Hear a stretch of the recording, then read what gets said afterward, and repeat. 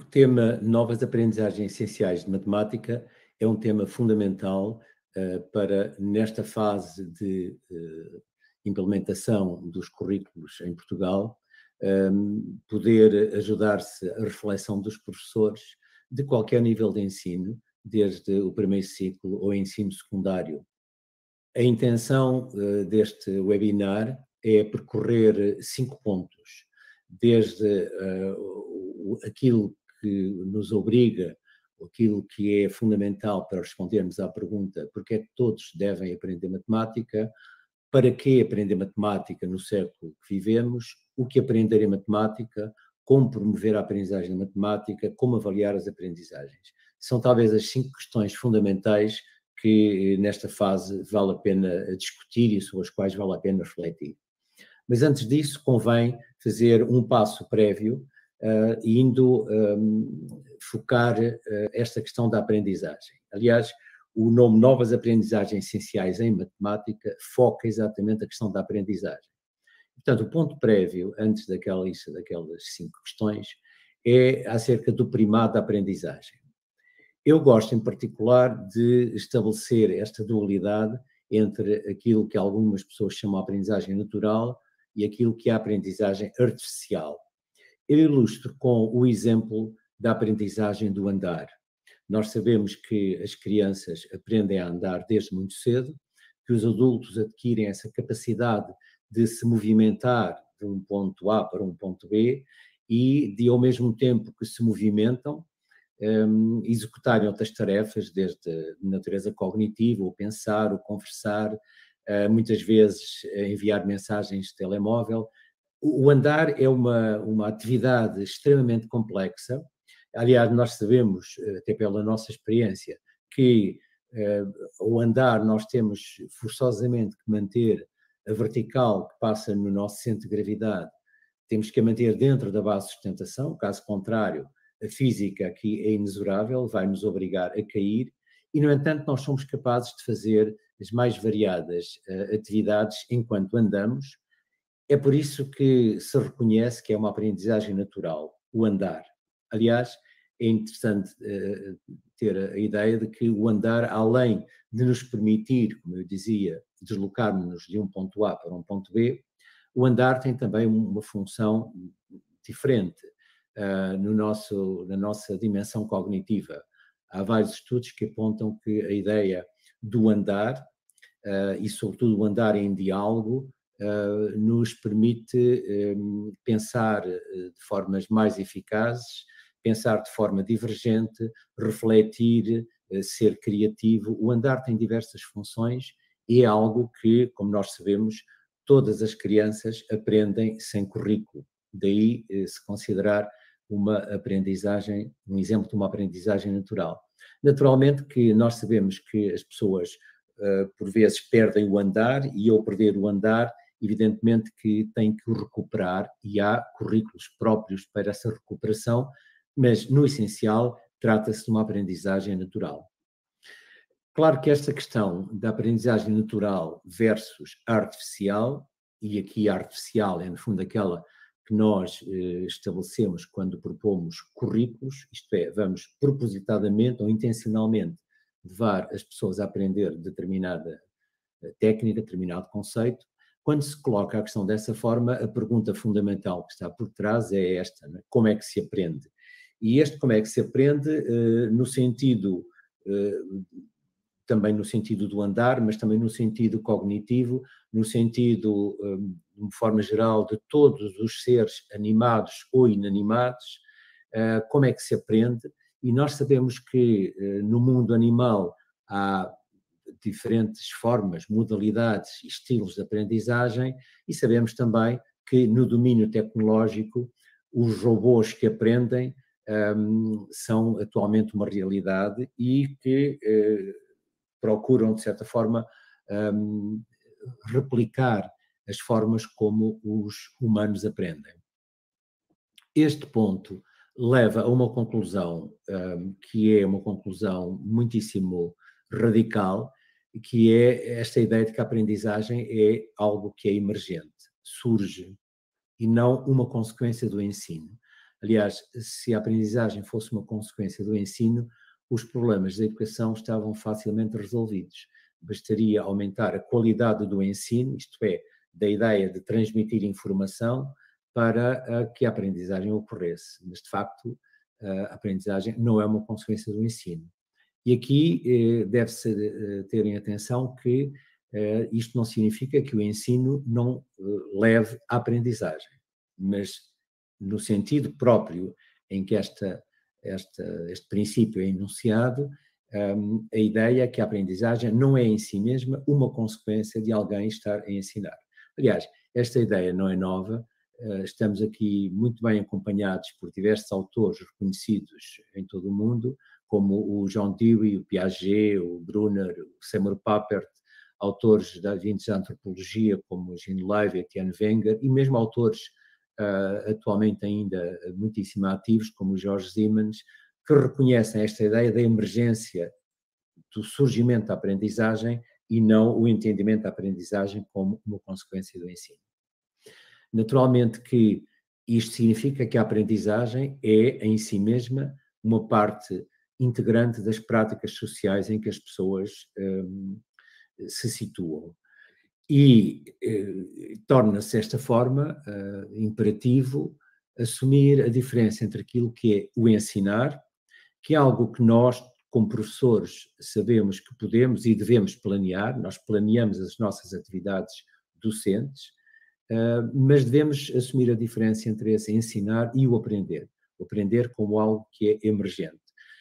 Durante uma época longa no discurso do sistema educativo em todo o mundo, colocou-se muito ênfase na ideia no processo de ensino-aprendizagem. Ensinar, aprender, apareciam sempre ligadas estas duas ideias.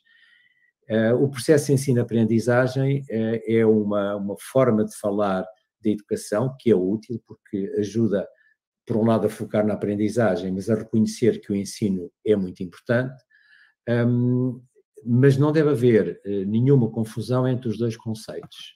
Portanto, o ensinar e o aprender, algo muito distinto. Evidentemente que se põe a questão, então, como é que eu posso melhorar ou favorecer a qualidade da aprendizagem?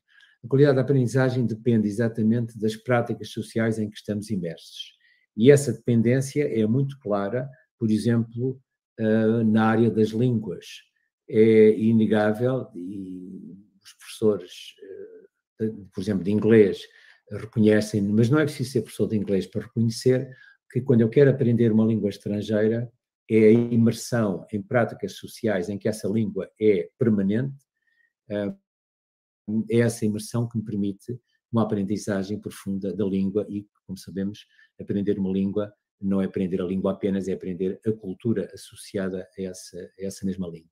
Portanto, é a questão da qualidade das aprendizagens que determina aquilo que nós podemos adquirir quando estamos imersos em práticas sociais específicas. Voltando ao sumário, a primeira questão que se coloca é esta: porque devem todos aprender matemática? Porque é que a matemática deve fazer parte da educação de todas as pessoas, que é reconhecido em todo o mundo como sendo uma componente muitíssimo importante da formação e da educação de todas as populações. E nós encontramos respostas de diversa natureza para esta questão. Uma resposta muito comum, se perguntarmos às pessoas, mesmo às pessoas não ligadas à educação, é que devemos aprender matemática porque a matemática nos ajuda a resolver problemas do dia-a-dia. Isto é, as pessoas apelam muito a estas razões de natureza utilitária para reconhecer que todos devem aprender matemática. Naturalmente que as razões de natureza utilitária têm o seu peso, mas quando, por exemplo, eu coloco esta questão perante um anúncio do preço da laranja, cada quilo 95 cêntimos, e perante a pergunta quanto custa um saco de 4 quilos de laranjas, nós podemos questionar acerca da utilidade da matemática aqui, uma vez que atualmente nós sabemos que, exceto em locais muito específicos de comércio local, em que ainda se pesa a fruta, de uma forma geral, pesa-se a fruta em instrumentos, em balanças automáticas que nos dão imediatamente o preço a pagar. Provavelmente nesta questão que aqui é colocada, do ponto de vista matemático, pode-se questionar se cada quilo custa 95 cêntimos e eu vou comprar 4 quilos, bom, a proporcionalidade funcionará bem, mas se eu quiser comprar 40 quilos de laranjas, provavelmente a proporcionalidade já não seria adequada, isto é, haveria aquilo que nós muitas vezes chamamos o desconto de qualidade. Além disso, há outros aspectos importantes, como seja, por exemplo, a origem de laranja, o facto de vir de Espanha. Não é um problema em si mesmo, mas evidentemente que é um elemento que pode determinar aqui diversas questões ligadas exatamente à matemática, não à proporcionalidade, mas a outras questões que têm que ver com as questões de natureza económica, naturalmente. A tensão que é criada neste tipo de visão utilitária da matemática é esta, é que, por um lado, é verdade que cada vez mais as questões do dia-a-dia são baseadas em modelos matemáticos. Reconhecemos isso, não apenas nas trocas comerciais, mas em toda a nossa vida. Mas, ao mesmo tempo, uma vez que o progresso tecnológico nos permite ter instrumentos que nos resolvem os problemas de uma forma instantânea, cada vez as necessidades de cálculo matemático da nossa parte são menores. E, portanto, há aqui uma tensão entre duas ideias. Por um lado, o mundo é cada vez mais baseado em modelos matemáticos, baseado em matemática, se quisermos, mas, por outro lado, essa matemática já cada vez mais escondida. Portanto, as necessidades de aplicação da matemática são cada vez menores. Eu refiro-me naturalmente a este tipo de matemática de que o exemplo do preço da laranja nos fala. Um outro tipo de resposta à pergunta porque é que todos devem aprender matemática é uma resposta de natureza psicológica, vamos dizer assim. Isto é, devem aprender matemática porque a matemática desenvolve o raciocínio, ou ajuda a desenvolver o raciocínio. É uma razão importante, naturalmente, embora é um facto que, uma vez que aprender matemática, como provavelmente aprender qualquer coisa, tem diversas dimensões, tem uma dimensão afetiva importante, não é necessariamente verdade que razões de natureza psicológica tenham uma dimensão forte na aprendizagem escolar de matemática. Sabemos que a matemática é uma fonte não apenas de insucesso, e na maioria dos países, como também é uma fonte de stress, de, digamos, indisposição para com atividades escolares. É uma razão importante, mas é bom, naturalmente, ponderá-la.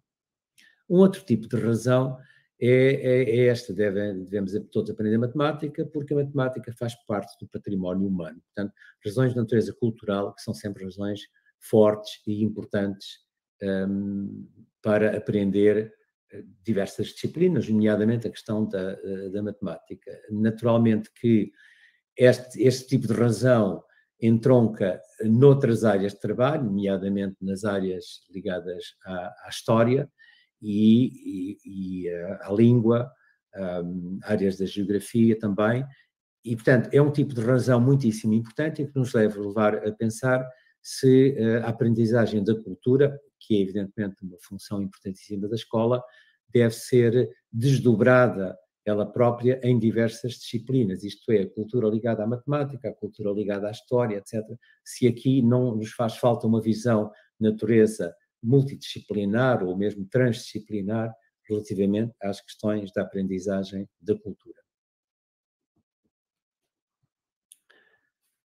A questão do para que aprender matemática no século XXI, isto é, quais são as razões para que na fase histórica em que estamos a matemática seja necessariamente aprendida pela população, nós podemos dar indicação de que, do ponto de vista das finalidades da aprendizagem da matemática neste século, é muito comum nós dizermos que, bom, nós temos que compreender e usar a matemática, no fundo, interpretar para agir, resolver problemas, formular problemas, criar estratégias de resolução, comunicar com rigor, representar fenómenos, situações, criar, analisar modelos. Reparem que isto é o tipo de linguagem que aparece muito nos currículos, um pouco também por todo o mundo, que corresponde, no fundo, às finalidades do ensino da matemática, na maior parte, exatamente na maior parte dos países.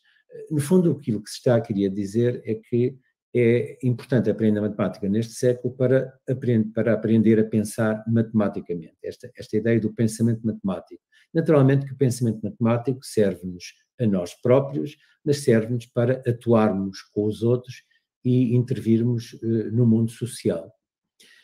É um facto que quando nós olhamos para, por exemplo, a fatura da eletricidade, que aqui está ilustrada de uma forma global para que se possa apreciar o tipo de gráficos, o tipo de linhas de tempo relativamente ao gasto de eletricidade, quando nós olhamos para este tipo de documentos que nos chegam todos os meses, em que nos tentam explicar porque é que estamos a pagar determinada quantia.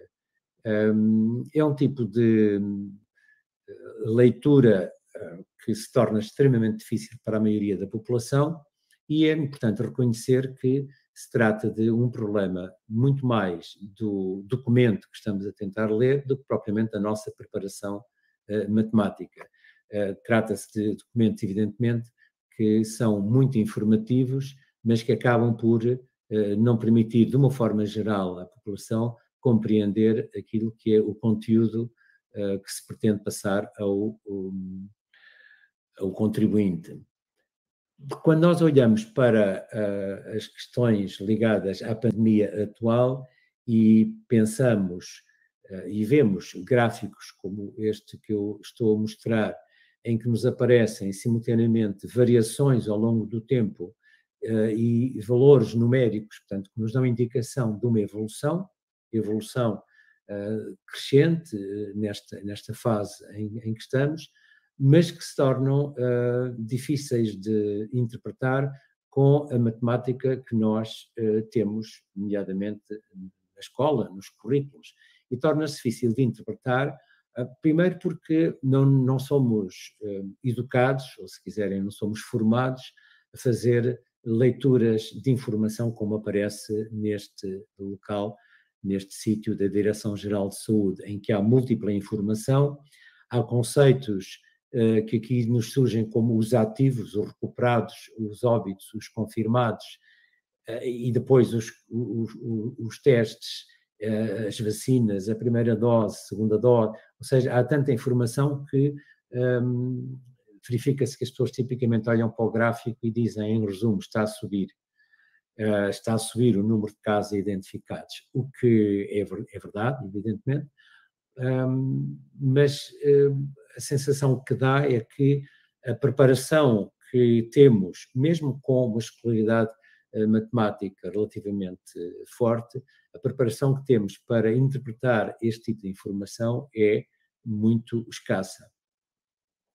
Há, nomeadamente vindos da Task Force para as Ciências Comportamentais, há diversos preditores comportamentais relativamente a esta situação de pandemia atual que poderiam ajudar a que nós interpretássemos aqueles dados que eu estava a mostrar no gráfico e, sobretudo, compreendêssemos porque é que está a acontecer esta situação e, ao mesmo tempo, nos permitisse compreender, por exemplo, sem explorar em detalhe este gráfico, compreender, por exemplo, que a facilidade de evitar confraternizar com familiares ou amigos, que devia estar entre os 75% e os 90%, está com valores baixos, 45,60%. Ou seja, este tipo de preditor comportamental, ou seja, a ideia de que a que é que as pessoas são dispostas para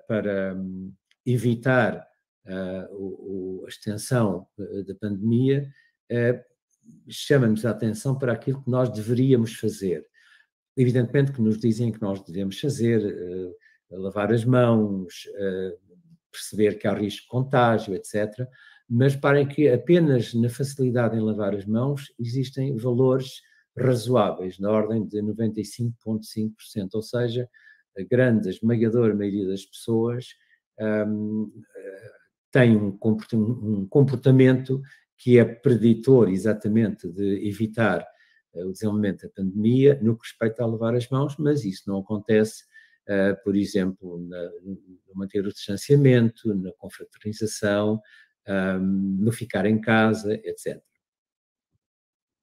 Se nós formos para outras áreas em que, neste século em que estamos, e já agora convém dizer, entre parênteses, que quando nós falamos neste século, não estamos a falar dos 100 anos que temos, ou dos 80 anos que temos à frente no século, estamos a falar neste século no sentido da situação atual e quando muito dos próximos anos, e quando olhamos para uma discussão até recente sobre os escalões de IRS, que poderão ser ou não ser alterados, olhamos para gráficos e para tabelas deste tipo que nos mostram, bom, de acordo com o salário mensal bruto que tínhamos, atualmente teremos uma taxa que, como sabemos, pode ir desde os 14,5% ou isenção até aos 48%, de acordo com os valores que são conhecidos. E, naturalmente, que a pergunta é, mas por que razão é que há escalões? A pergunta agora do ponto de vista da visão matemática, do pensamento matemático sobre isto. Por que razão é que há escalões? Ou seja, a matemática não permitiria fazer uma curva ajustando a cada agregado familiar ou a cada pessoa, se quisermos, uma taxa determinada? E a resposta é claro que sim. Resta saber se, do ponto de vista económico e do ponto de vista político, isso interessa. Mas, claro que sim, neste exercício feito, aliás, e publicado num jornal, neste exercício prospectivo, aquilo que se conclui é que, por exemplo, as pessoas que atualmente têm uma taxa de IRS de 37%, passariam, porque estão num determinado escalão, na lógica dos escalões, passariam a ter uma taxa que varia entre 31,4% e 40,9%. Isto se o ajustamento for feito com uma elipse, se for através de uma determinada parábola, os valores são outros. Evidentemente que aqui se trata de uma questão política e económica, como eu dizia, e não é por acaso que as taxas dos impostos são organizadas em escalões. Evidentemente que o ajuste a cada indivíduo seria certamente mais justo para a pessoa individual ou para o agregado familiar, mas provavelmente levantaria outros problemas de natureza económica. Mais uma vez, há uma tensão entre aquilo que é aquilo que a matemática nos pode oferecer para nós compreendermos um fenómeno e aquela matemática, muitas vezes se designa matemática escolar, que provavelmente não nos dá competência e capacidade para o fazermos. O que aprender em matemática com esta visão de que a matemática escolar para o século XXI provavelmente não nos dá a ajuda que poderia dar, a pergunta, o que aprender em matemática, tem respostas, evidentemente, e a resposta dada é, bom, o que aprender, vamos às novas aprendizagens essenciais e percebemos que aquilo que é proposto é um conjunto de capacidades e atitudes que são consideradas de natureza transversal, o que significa que não são todas elas específicas da matemática, como o pensamento crítico, a criatividade, colaboração, autorregulação, autoconfiança, perseverança, iniciativa, autonomia e a valorização do papel do conhecimento, que eu acrescentei, matemático. Trata-se, evidentemente, de capacidades e atitudes extremamente importantes, transversais a todas as disciplinas e, no fundo, transversais a toda a educação, a toda a escola, Mas, naturalmente, que quando nós nos focamos mais na matemática, aquele tipo de capacidades é transformado em elementos de natureza mais imersa na matemática, como a resolução de problemas, não é estrito de matemática, mas é muito comum na matemática, o raciocínio matemático, o pensamento computacional, que é uma nova vertente que é trazida nas novas aprendizagens essenciais, a comunicação em matemática, a representação e as conexões matemáticas. Trata-se de um conjunto de elementos que aparecem, surgem nas aprendizagens essenciais e que aparentemente são propostos como quase estrutura daquilo que é, digamos, este novo currículo. A verdade é que quando nós olhamos, por exemplo, para o primeiro ano, mas o exemplo pode ser estendido com toda a facilidade aos outros anos de escolaridade, quando nós olhamos para os temas a trabalhar, das novas aprendizagens essenciais, aquilo que verificamos é que a organização é a organização tradicional da matemática, ou seja, os números, uma área que tem sido designada de dados, análise e representação de dados, a álgebra e geometria e medida. Evidentemente que quando se sobe no ano de escolaridade, estes temas muitas vezes têm outros nomes, depois no secundário igualmente, mas a verdade é que estamos a pegar nas temáticas em ensinar, vamos chamar-lhes assim, que são as temáticas habituais que estruturam os currículos desde há dezenas de anos. A questão que se coloca nas novas aprendizagens essenciais é se elas nos propõem a continuação desta ideia de conhecer factos matemáticos ou se o foco se desloca para a aquisição de capacidades de pensamento matemático, de interpretação matemática, de representação matemática, etc. Coloca-se a questão e a questão deve ser respondida através da forma como o professor de matemática ou o professor do primeiro ciclo interpreta aquilo que são os temas estruturantes do seu trabalho. Os temas estruturantes são a geometria, os números, os dados, etc., ou são a resolução de problemas, o pensamento matemático, o pensamento computacional, a comunicação, a representação, conexões.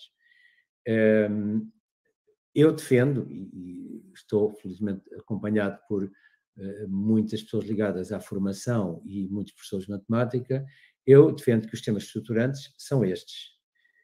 Os temas de números, dados, álgebra são fundamentais para se poder trabalhar os temas estruturantes.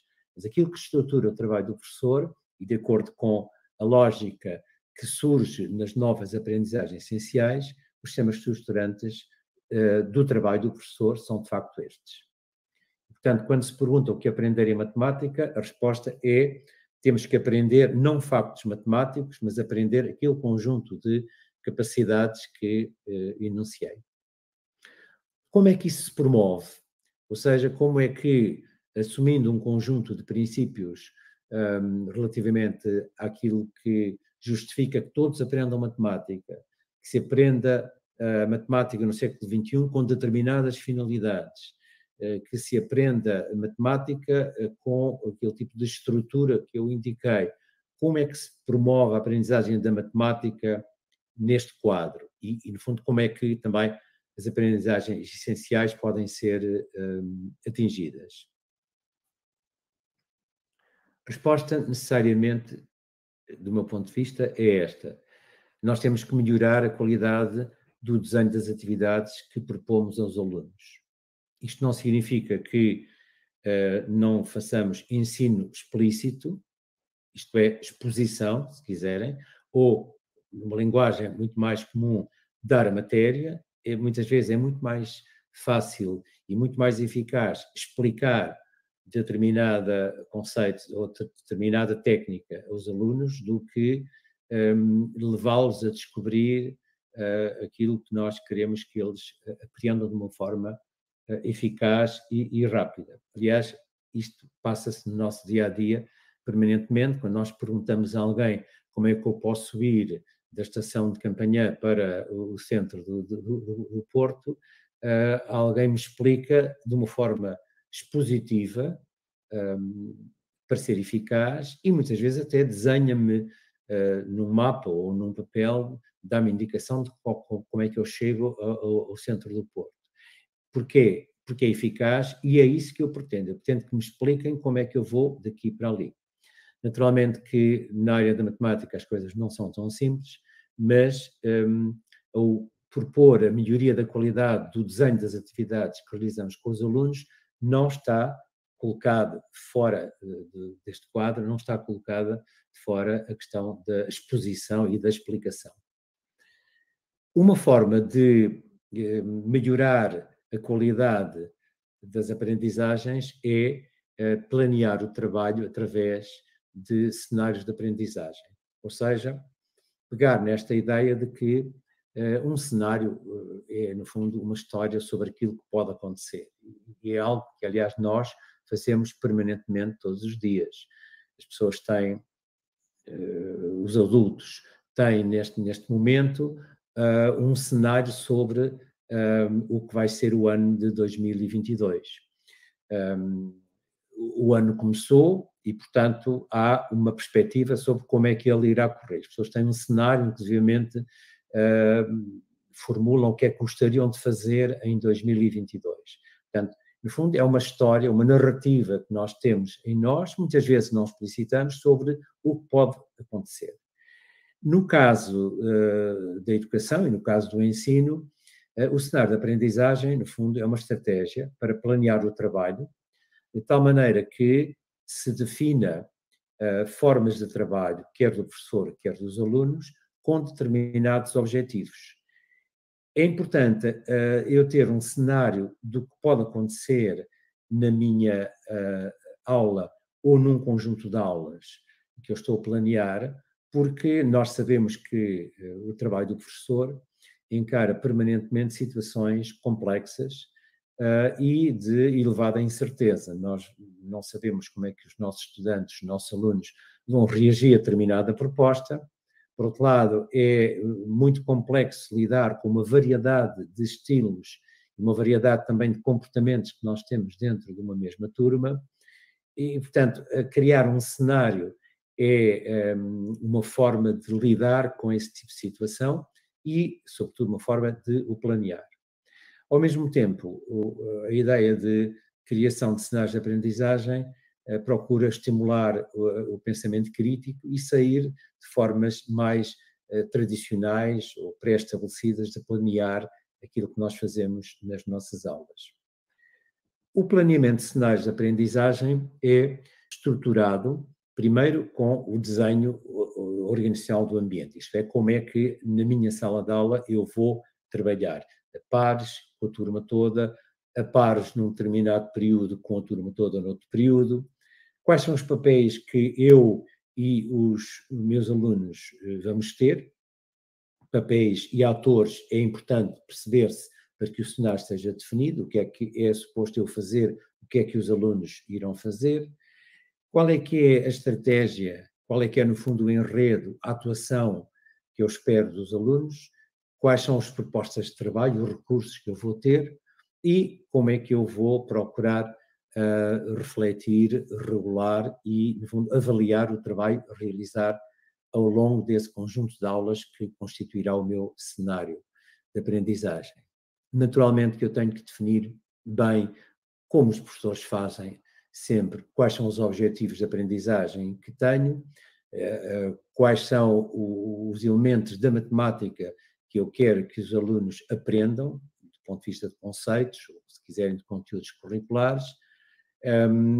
Tenho que ter atenção aos recursos, tenho que ter atenção à avaliação. Portanto, a organização de um cenário de aprendizagem tem diversas vertentes, que no fundo são as vertentes que o professor utiliza para planear o seu trabalho, só que organizadas aqui de um ponto de vista de criação de um cenário possível. E um elemento importantíssimo refere-se, evidentemente, às metodologias de trabalho a realizar com os alunos.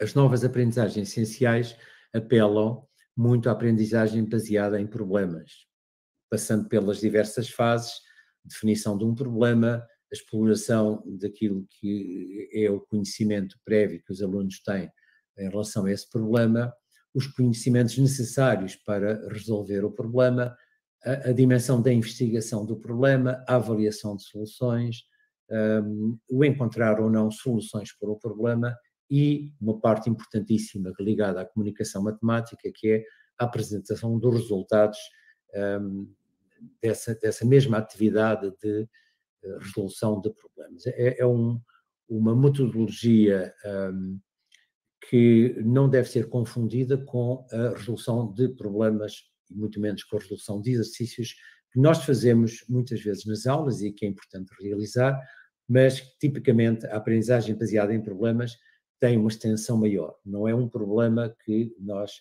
resolvemos com os alunos em 5 ou 10 minutos numa aula. Por exemplo, a aprendizagem baseada em projetos, que tem uma dimensão também tipicamente maior, em que se trata de encarar uma questão que pode ser uma questão local ou uma questão global, identificar os conhecimentos necessários para abordar essa questão, investigá-la,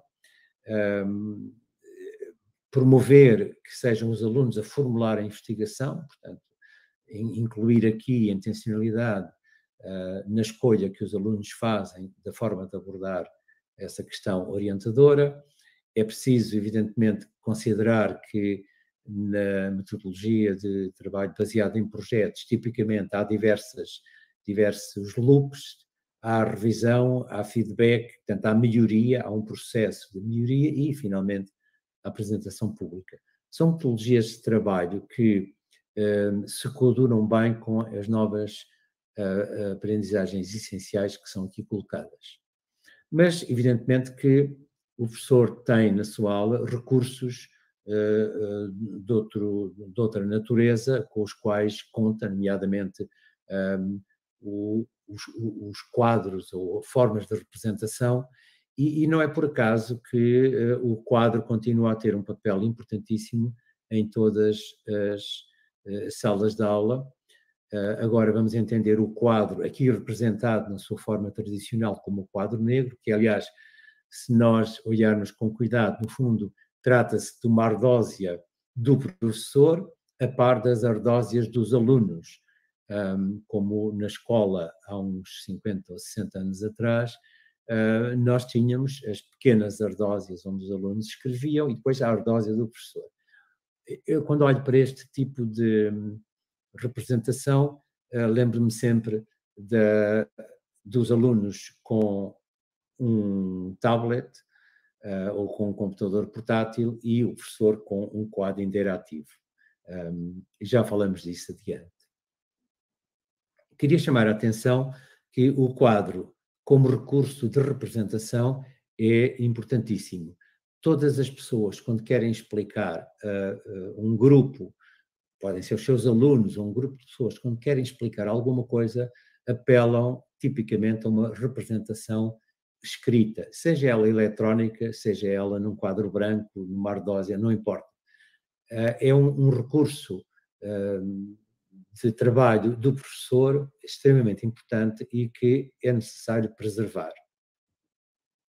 Naturalmente que há outros recursos, sabemos que os recursos de natureza analógica, portanto os recursos não digitais, são mais frequentes ou no primeiro ciclo de escolaridade, até pela própria forma de organização das salas de aula, ou no final do secundário, portanto, digamos, em todo o secundário, aí através dos laboratórios específicos de física, etc., há outro tipo de recursos, não necessariamente digitais, que devemos utilizar, mas é importante que tenhamos atenção aos recursos que nós mobilizamos quando organizamos um cenário de aprendizagem, sejam eles tablets, sejam eles elementos ligados à robótica, e é importante notar que há recursos disponíveis aos quais o professor deve recorrer para criar, no fundo, desenhar os cenários de aprendizagem, ou seja, as propostas de trabalho que vai realizar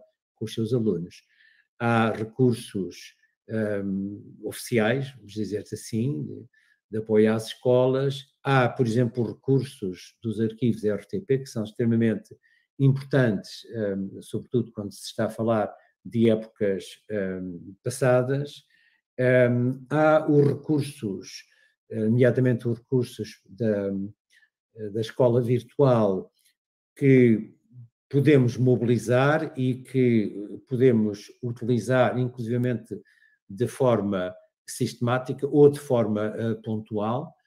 Podemos utilizá-los de forma não digital, no sentido de podemos utilizá-los presencialmente e não no sentido virtual. Aqui o papel do professor é importantíssimo em adaptar os recursos àquilo que é o seu cenário de aprendizagem e, evidentemente, que no quadro da utilização de recursos, aquilo que nós muitas vezes consideramos a extensão do trabalho que o professor faz na sala de aula, ou seja, o trabalho que os estudantes, os alunos, realizam fora do tempo específico da sala de aula, que pode ser mais intenso, pode ser menos intenso, mas que muitas vezes é um trabalho muito útil, a preparação de algo que depois é trazido para a sala de aula no dia seguinte. Daí também os recursos digitais, sobretudo os recursos online, são um elemento importantíssimo. No entanto, é preciso chamar a atenção para os alunos que temos, eu diria os alunos do primeiro ciclo até ao fim do secundário. São alunos que alguns autores colocam no que chamam a geração Z, uma geração atual que é uma geração sempre ligada, always on. Não são só os jovens, sabemos, muitos adultos também estão sempre ligados, porque assim a tecnologia o permite, e esta geração always on utiliza tipicamente, como nós sabemos, telemóveis ou smartphones ou computadores portáteis e acabam por utilizar a tecnologia com diversas dimensões, por um lado como um arquivo identitário, né? O telemóvel, o smartphone, acaba por ter muitas das dimensões da vida dos jovens e dos adultos também, porque permite a conectividade permanente, a pessoa está sempre ligada, e este sempre ligado tem uma dimensão muitíssimo relevante no desenvolvimento cognitivo e emocional das pessoas. Aliás, não está ainda bem estudada esta questão da conectividade permanente, e é evidentemente uma extensão de memória importantíssima. Portanto, é importante notar que ao falar em recursos e ao selecionar recursos, é importante ter a noção de que estamos a lidar com uma geração que é uma geração diferente. Há quem diga que esta geração vai ser muito alterada por causa da situação pandémica que se vive ainda, e não sabemos também exatamente quanto tempo durará. É possível que isso aconteça, mas não é preciso que isso aconteça para compreendermos que esta geração, independentemente da pandemia, já era uma geração always on, sempre ligada, e isso é importantíssimo. Estamos muito longe daquele tempo em que um jovem como este da fotografia recusaria um fim de semana aliciante para ficar ligado aos amigos através do computador. Esta caricatura do estar ligado já não existe, já não se coloca. Ou seja, a mobilidade que atualmente as pessoas têm com a tecnologia, nomeadamente com os smartphones, com os relógios, que no fundo são telefones ou computadores portáteis, que acompanham essa mobilidade das pessoas, traz evidentemente uma dimensão muito distinta àquilo que é a utilização das tecnologias. E por isso é importante olhar para a historicidade dos artefactos tecnológicos que nós utilizamos. Nós estamos atualmente num paradigma que é o paradigma da tecnologia corporizada, que surge aqui do lado direito, ou seja, estamos naquela fase em que a nossa interação com a tecnologia é ou através da voz, ou através do gesto, e cada vez menos é realizada através dos meios mais tradicionais, seja através da utilização de um mouse, de um rato, seja através da escrita textual. Cada vez mais a tecnologia incorpora ecrãs táteis e, portanto, o tato, o ouvido, através da fala, a visão, são os elementos que nos permitem interagir com a tecnologia e, dessa forma, interagir com os outros. Portanto, é importante notar que a tecnologia, embora haja muito ainda a desenvolver, está numa fase muito diferente daquela que teve e que ainda está ligada naturalmente a muitos dos artefactos que utilizamos em meio escolar. Evidentemente que a utilização das tecnologias desde muito cedo levanta problemas, não é isenta de problemas, aliás, como nenhuma tecnologia é isenta de problemas, mas é importante, importantíssimo notar que, voltando à questão e centrando na questão da matemática, as aplicações que nós temos atualmente, nomeadamente matemática, desafiam-nos como professores porque nos trazem formas novas de lidar com muitos dos problemas que nós temos ou tínhamos na matemática. Trago como exemplo esta aplicação para telemóvel, o Photomat que nos permite executar operações com esta facilidade. E, portanto, eu posso escrever uma operação como esta, 24,2 vezes 6,1, ligar a aplicação e tirar uma fotografia àquela conta, digamos assim. Essa fotografia tirada permite que a aplicação instantaneamente me dê o resultado e, mais do que isso, me dê instruções de como é que eu faria este mesmo cálculo utilizando o algoritmo da multiplicação. Portanto, acaba por ser um cálculo imediato, mas também, de certa forma, um tutorial que me permite depois seguir como é que eu faria aquela conta. E, evidentemente, que isto é extensível a toda ou quase toda a classe de problemas que temos. Um sistema de duas equações com duas incógnitas como este é fotografado dando o resultado instantâneo e depois os passos da resolução com diferentes métodos de substituição, etc., que nos permitem compreender como é que aquilo podia ser resolvido. É um desafio imenso que temos e que temos que encarar, porque o tipo de aplicações cada vez mais potente acabam por desafiar não apenas a nossa relação com a matemática, mas aquilo que é útil que os alunos aprendam. É, para mim, um dos grandes desafios este da tecnologia. A questão da avaliação é uma questão, talvez, das mais complexas em todo o sistema educativo e em todos os níveis de ensino, e a pergunta de como avaliar as aprendizagens, pensando nas novas aprendizagens essenciais, é uma questão que eu considero extremamente complexa e que pode ter diversos tipos de respostas. Naturalmente que na lógica dos cenários de aprendizagem que eu falei e que não deixam de passar pelas fases típicas da avaliação, isto é, desde a questão do diagnóstico, isto é, como é que a minha turma se situa e se comporta relativamente a determinada área temática, com o feedback que é necessário à medida que as propostas de trabalho no cenário de aprendizagem vão sendo colocadas e vão decorrendo, e que pode envolver, e muitas vezes envolve, uma avaliação de natureza sumativa, isto é, uma avaliação que conduz a uma classificação. Não se propõe com os cenários de aprendizagem que se elimine a classificação.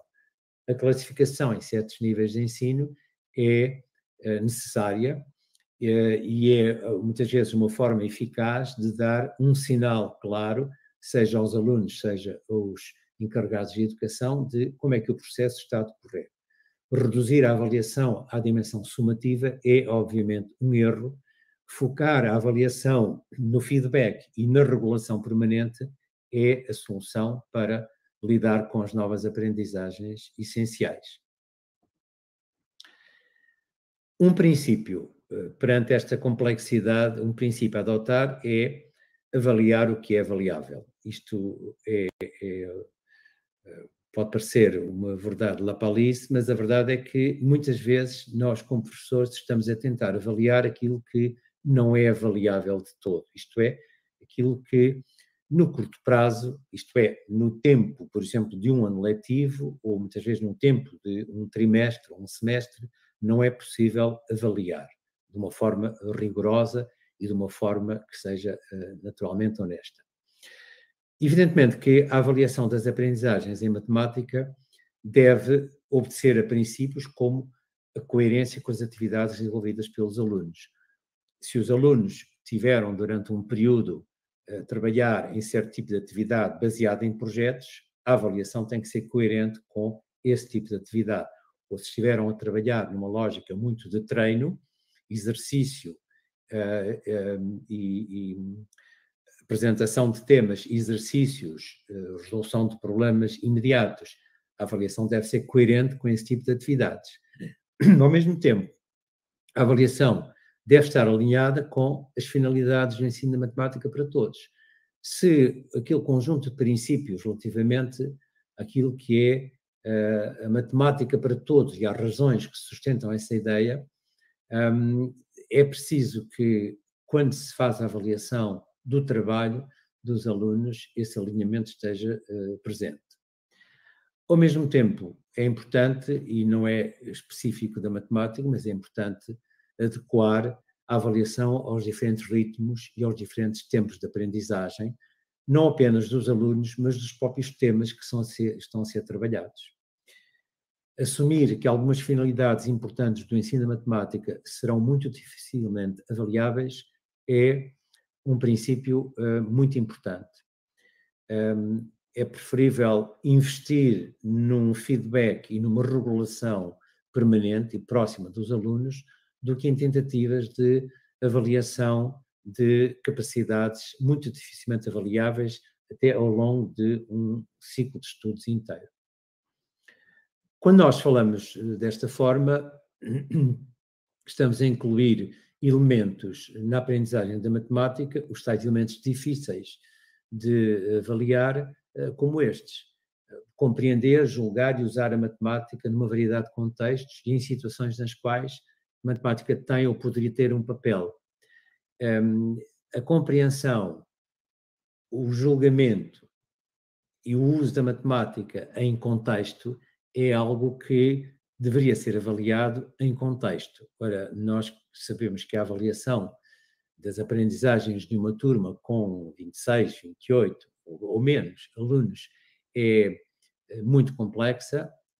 Fazer a avaliação em contexto é uma aposta de tal complexidade que é preferível focar a avaliação nos tais processos de regulação e de feedback permanente.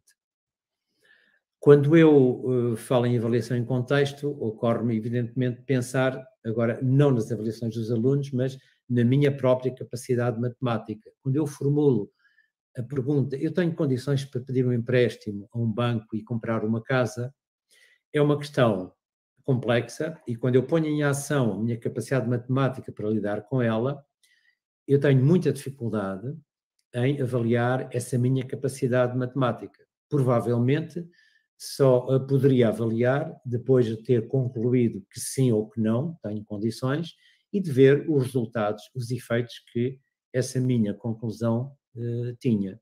Ora, é uma avaliação em contexto que é literalmente impossível de fazer, não nunca em meio escolar, evidentemente, e muitas vezes, e infelizmente, as pessoas só concluem que não tinham condições para pedir um empréstimo para comprar uma casa, concluem quando a situação se coloca, isto é, quando quando acontece entrar em incumprimento.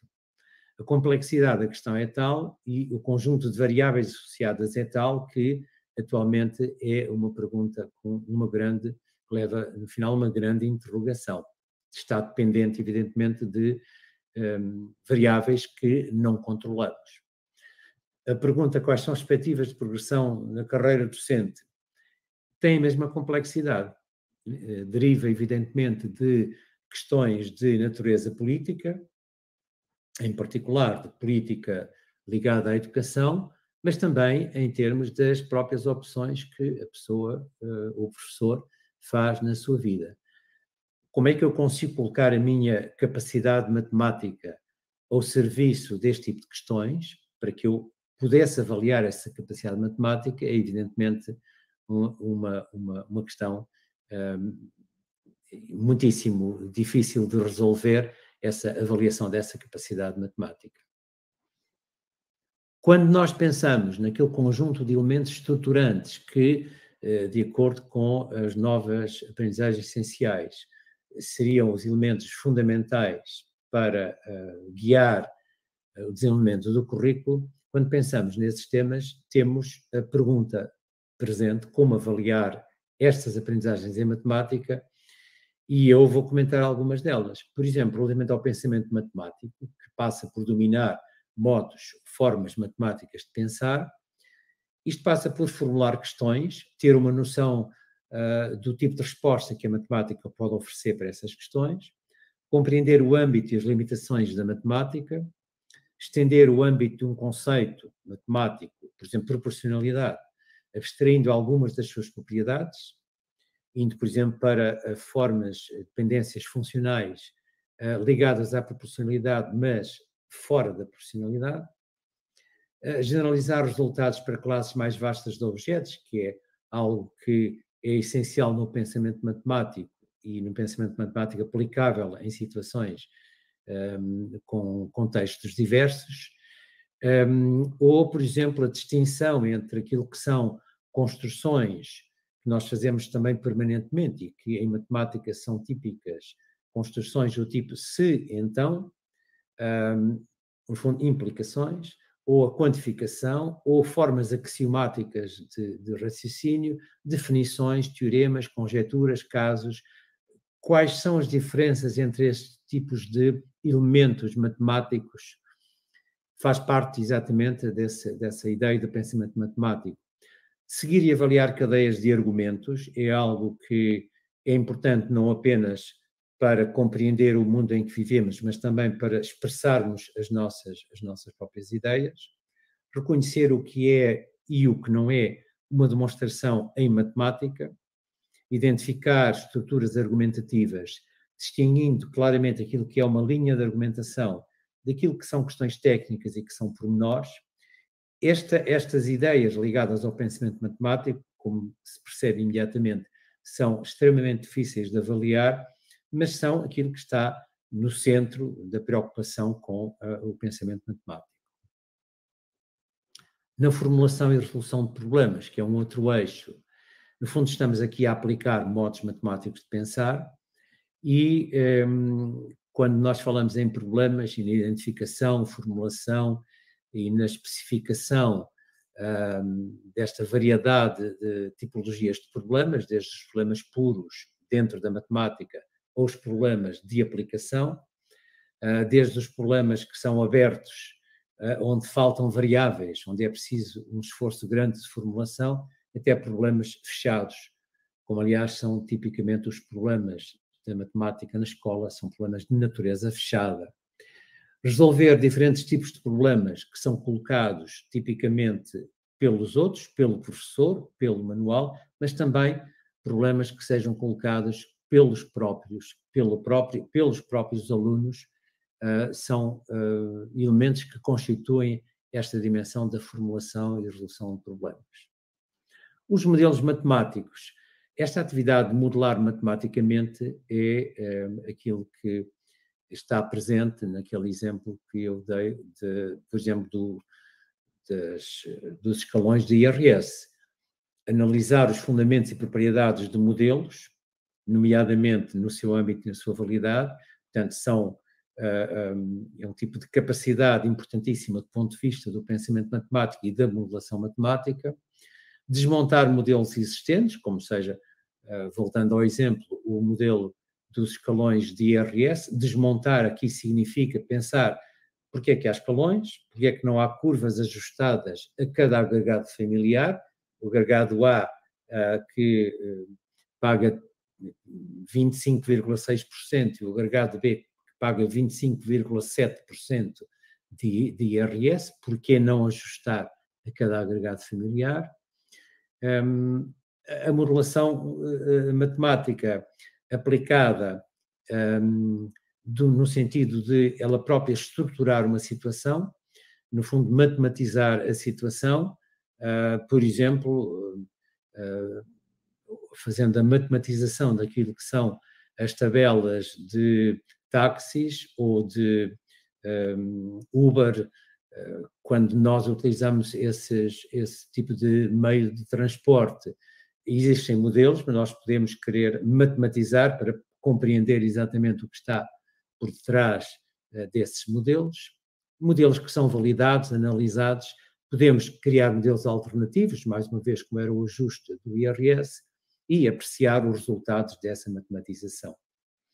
A representação, que é também um elemento fundamental, é importante, e nós fazemos isso diariamente, a utilização de diferentes formas de representação, sobretudo para compreendermos as relações entre essas diferentes formas, a seleção de formas de representação e, no fundo, o papel que essas diferentes formas têm para nos ajudar a interpretar e a traduzir situações em diferentes formas e em diferentes linguagens. Por exemplo, nos gráficos que nos são apresentados relativamente à evolução da pandemia, nós temos muitas vezes valores numéricos associados a valores e elementos representados graficamente. Essa dupla representação, que é evidentemente um auxiliar importante na questão da matemática. A palavra-chave é investir em avaliar o que é avaliável. A avaliação das aprendizagens em matemática, nomeadamente das novas aprendizagens essenciais, é complexa. Se nós nos reduzirmos a fazer a avaliação daquilo que são as aprendizagens imediatas, no sentido de aprendizagens de factos matemáticos, por exemplo, resolução de cálculo, resolução de multiplicações, adições, equações. Se nos reduzirmos aos factos matemáticos, estamos a fazer incidir a avaliação em elementos que são importantes. Se fazemos a tentativa de avaliar elementos como capacidades de ordem superior, como sejam aqueles do pensamento matemático, poderemos ter o confronto com necessidade de novas formas de avaliação e, portanto, um investimento em avaliar o que é avaliável remete para esta procura de formas de avaliação que sejam consentâneas com as novas aprendizagens essenciais. Eu vou procurar responder a algumas questões que foram colocadas, nomeadamente uma questão que tem que ver com a possibilidade das novas aprendizagens essenciais poder vir a alterar a forma como se ensina matemática. E claro que essa possibilidade existe, mas é importante notar que qualquer currículo, nomeadamente as novas aprendizagens essenciais em matemática, como qualquer currículo, é um instrumento de trabalho. É um instrumento que é dado ao professor, aos professores, para individualmente ou desejavelmente em equipa poderem levar à prática o seu trabalho como docentes. E como instrumento de trabalho ele é muito importante, mas ele não conduz necessariamente a uma alteração na forma como se ensina a matemática. A alteração, a forma como se ensina a matemática, passa necessariamente por aquilo que for entendido como os elementos estruturantes do currículo da matemática. Se os elementos estruturantes são entendidos como sendo o pensar matematicamente, o pensamento computacional, a resolução de problemas, nessa altura, a forma como se ensina matemática, e é aquilo, no fundo, que eu faço de leitura das novas aprendizagens essenciais, permite-me exatamente mudar a forma como eu ensino matemática, porque me descentro dos factos matemáticos e me concentro naquilo que são aquele tipo de capacidades que enunciei. Naturalmente que para eu lidar com situações, resolução de problemas, pensamento matemático, eu tenho que ter factos matemáticos conhecidos. A questão não está em fazer a opção entre conhecer factos matemáticos e olhar para a questão das capacidades a desenvolver. A questão trata-se de colocar prioridade naquilo que é estruturante, pensamento matemático, etc., e usar os factos matemáticos para servir esse tipo de objetivo mais importante e mais relevante. Uma questão que é uma questão importante e que é colocada muitas vezes quando se fala na resolução de problemas em matemática, diz respeito às barreiras que derivam da dificuldade dos alunos na leitura e na interpretação de enunciados escritos de problemas em matemática. E pode-se pôr a questão se isto deriva de dificuldades na área da língua portuguesa ou não. E, de facto, tudo indica que, embora os alunos tenham bons resultados na língua portuguesa, falham na interpretação. Esta questão, para mim, não é uma questão da língua portuguesa, é uma questão mais dos enunciados do que propriamente daquilo que é a capacidade dos alunos na língua portuguesa. De facto, a maior parte dos problemas que são dados aos alunos através de um enunciado em matemática são problemas de palavras. Problemas de palavras são problemas que eu descrevo e cuja interpretação se torna difícil por diversas razões, nomeadamente porque não foram os alunos que formularam o problema. Atenção, formular o problema é equacional, não é? Portanto, identificar a questão fundamental que ali está. A dificuldade de interpretação decorre de eu estar a ler um problema formulado por outro. Como é que se promove essa qualidade, essa competência na interpretação de problemas exatamente através da formulação? E, portanto, não deriva a dificuldade da questão da interpretação na língua portuguesa. Poderá haver dificuldades também nessa área, mas não é essa a questão fundamental. A questão passa pela necessidade de os próprios alunos terem a experiência de formulação de problemas. Eles tiverem que formular o problema e escrevê-lo com mais facilidade, depois interpretarão problemas escritos por outros, nomeadamente os problemas que são colocados pelo professor. Uma outra questão diz respeito ao gosto dos alunos em relação à matemática. A pergunta concreta é: como é que eu posso ensinar matemática de forma que os alunos gostem da matemática e a vejam com utilidade na sua vida? A solução está em envolver os alunos em atividades que sejam significativas para os alunos e para que eles percebam a utilidade. Muitas vezes, penso que nós todos como professores e às vezes até como pais encarregados de educação dizemos: bom, mais tarde tu compreenderás para que é que isto serve. Né? Nós trabalhamos as equações de primeiro grau, por exemplo, ou até as divisões, se formos para o primeiro ciclo, e dizemos: mais tarde poderás precisar ou irás perceber para que é que isto serve. É um adiamento, digamos assim, de razões que não resolve, evidentemente, não promove o gosto pela matemática, nem dá uma noção da utilidade. É importante notar que, e o meu ponto de vista, os alunos na escola devem essencialmente gostar de aprender. Os alunos não precisam todos de gostar de matemática.